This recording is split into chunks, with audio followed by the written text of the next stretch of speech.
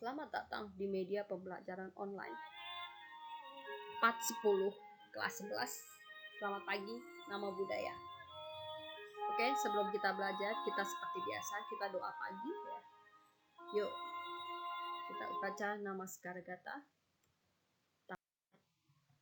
Arahang sama Sambuddho Bhagawa Buddhang Bhagawanta Abhiwademi Swakato Bhagavata Dhammo Dhammang Namasami Supatipano Bhagavato Sawaka Sangho Sanghang Namami. Oke, kita duduk melakukan meditasi atau duduk hening. Pejamkan mata, perhatikan dan sadari napas masuk dan napas keluar. Rasakan di dalam hati. Yuk kita mulai menyadari napas masuk. Saya tahu saya bernafas masuk. Nafas keluar. Saya tahu saya menyadari nafas keluar. Masuk, keluar. Nafas masuk. Saya tahu saya bernafas masuk. Nafas keluar. Saya tahu saya bernafas keluar. Relax, tenang. Nafas masuk, saya bahagia. Nafas keluar, saya relax, tenang. Oke, duduk hening selesai. Kita tangannya jali, mengucapkan doa. Terpujilah Tuhan Yang Maha Esa, para Buddha, Bodhisattva, Mahasatwa. Aku belajar bukan untuk kesombongan dan keserakahan, tapi untuk mengikis kebodohanku. Semoga semua makhluk dimanapun mereka berada berbahagia. Sadu, sadu, sadu. Adapun materi pembelajaran yang akan kita bahas adalah tentang doa. Kalau dengar kata doa, wah kayaknya udah terasa gampang sekali ya, karena kita sudah mengucapkan setiap hari. Ya, yuk kita lihat apa sih tujuan pembelajarannya. Peserta didik dapat memahami arti doa. Peserta didik memahami doa berdasarkan agama Buddha dan memahami cara doa yang benar. Doa, kita lihat doa menurut Kamus Besar Bahasa Indonesia.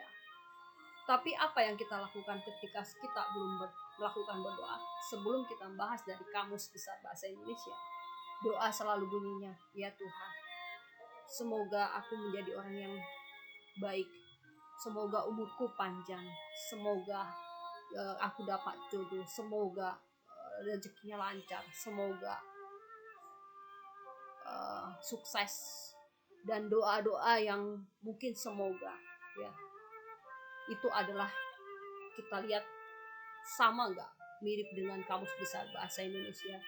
Ternyata doa artinya permohonan, pengharapan, permintaan, pujian kepada Tuhan. Jadi ketika Anda berdoa, memohon kepada yang di atas atau memohon kepada Tuhan, selalu ya Tuhan, semoga dan semoga doa yang akan kita pinta, segala sesuatunya, itu semuanya lah doa saja. Berdoa dalam pengertian umum, melakukan permohonan, ya, tahu tentang kepada Tuhan yang dianggap maha pengabul, mengabulkan rezekinya banyak, jodohnya dapat, umurnya panjang, dan sebagainya. Nah, di dalam agama Buddha, doa bukan sekedar memohon. Itu pernah kita bahas di kelas 1, yaitu tentang Pathakama Sutta. Ada 4 kondisi yang kita pinta dan itu sulit diperoleh di dunia ini. Ada 4 kondisi, yaitu 1, aku mendapat kekayaan dengan jalan-jalan yang sah. Aku memiliki reputasi yang baik di mata semuanya. Semoga aku hidup lama dan umur panjang. Saat tubuhku hancur setelah meninggal, aku bisa lahir di alam surga. Dan ini semua kita belum tahu apakah doa ini akan dikabulkan. Kenapa?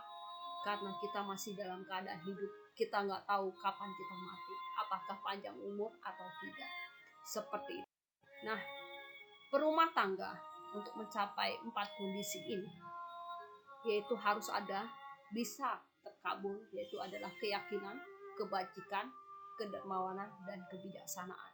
Ini secara teori. Tetapi kalau kita praktekkan salah satunya saja, kebajikan, yaitu kedermawanan, dan yakin pada Buddha Dhamma, tidak ragu-ragu, kemudian bijaksana, bisa tahu mana yang baik, mana yang tidak, maka ini akan bisa terkabulkan dengan cara melepas. Semoga aku menjadi kaya. Kalau kita nggak mau berdana, kayanya pun cuma hanya fiktif saja, hanya di mulut saja. Maka jadi makna sebenarnya adalah mengucapkan pengharapan. Boleh, yaitu kita berdoa, tetapi pendoa ini harus aktif mewujudkan doanya, bukan hanya meminta tetapi tidak melakukan dengan cara yang aktif, atau misalnya contoh, semoga aku menjadi kaya, tapi kalau tidak kerja maka akan tidak kaya. Kemudian ada cara berdoa. Doa mengandung 3 aspek, yaitu 1. Tidak berdasarkan egoisme, didorong oleh nafsu duniawi yang bersifat rendah, berharap untuk memikirkan diri sendiri. Kemudian yang kedua adalah mengungkapkan cinta kasih, bukan itikat buruk. Dan ketiga adalah mengandung belas kasih, bukan perasaan kejam. Inilah cara berdoa yang baik. Contoh doa yang baik adalah kita lihat, aku bertekad akan menjadi obat bagi yang sakit. Semoga semua makhluk hidup berbahagia. Semoga aku jadi pelindung bagi orang yang takut, yaitu adalah melindungi kepada orang yang tidak tahu akan akibat perbuatan jahat. Doa dalam agama Buddha, kita lihat, karena kata doa sudah sangat lazim dipakai dalam bidang keagamaan di Indonesia, maka agama Buddha sulit menghindari penggunaan kata doa. Tetapi di dalam agama Buddha, kata doa harus memiliki makna yang berbeda dari pengertian yang umum. Dalam agama Buddha tidak diartikan sebagai pemohonan, tetapi diartikan sebagai sarana pengembangan batin dan pengembangan kebajikan. Misalnya doa penumbuh semangat, doa pernyataan, doa tekad, doa perenungan. Itu yang lebih baik dan positif. Lanjut, puja. Kata doa dalam kitab agama Buddha tidak pernah dijumpai. Kata puja dalam Kamus Besar Bahasa Indonesia adalah penghormatan kepada dewa-dewa dan sebagainya. Padanan yang cocok dalam kata puja adalah ibadah, yang sering kita dengar. Puja dalam Manggala Sutta diartikan menghormat. Kalau di dalam Parita Manggala Sutta, pujaca pujaniana etang manggala mutama, artinya menghormat kepada yang patut dihormati adalah berkah utama. Jadi kesimpulan puja adalah melakukan penghormatan yang pantas dihormati. Filosofi doa dan puja. Doa didasarkan konsep bahwa ada sesuatu sumber untuk meminta segala-galanya. Tadi dikonsepkan, semoga aku kaya, semoga aku panjang umur, semoga rezekinya banyak. Itu seperti itu konsepnya. Puja didasarkan pada konsep hukum saling bergantungan, yaitu bahwa di dunia ini semua komponen di alam semesta wajib saling menghormati satu sama lain. Berdoa lebih dikonotasikan negatif karena diajarkan untuk meminta-minta, karena memang arti definisi adalah pemohonan, pengharapan, dan peminta. Puja atau penghormat lebih dikonotasikan positif karena diajarkan untuk mengembangkan sikap rendah hati, mengembangkan kebajikan sebanyak-banyaknya. Puja dalam agama Buddha. Puja adalah penghormatan yang dilakukan bukan kepada dewa saja, tetapi harus dilakukan kepada semua makhluk hidup bahkan di alam semesta ini. Melakukan puja atau penghormatan berarti melakukan penghormatan sebagaimana mestinya. Umumnya, sesuatu yang dihormati karena memiliki nilai-nilai penting, jasa-jasa yang pantas untuk dihormati secara wajar.